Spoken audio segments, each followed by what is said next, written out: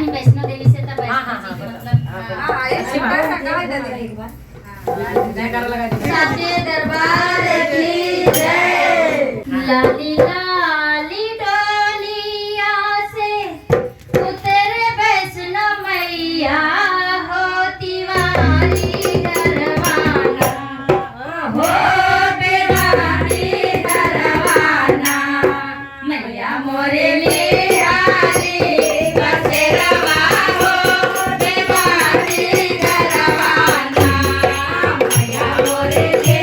आली बसेरवा हो बेवारी दरवाना मैया मोरे ले आली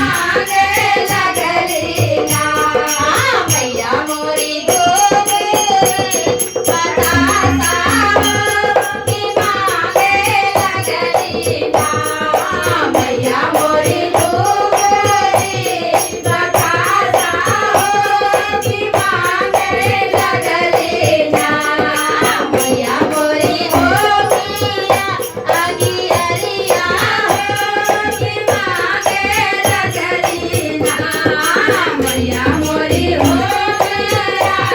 की अरिया हो की मांगे लगली ना पचवा पर गगरिया छनु आया सगमा हो की मांगे लगली ना हो की मांगे लगली ना मैया मोरी सोना हो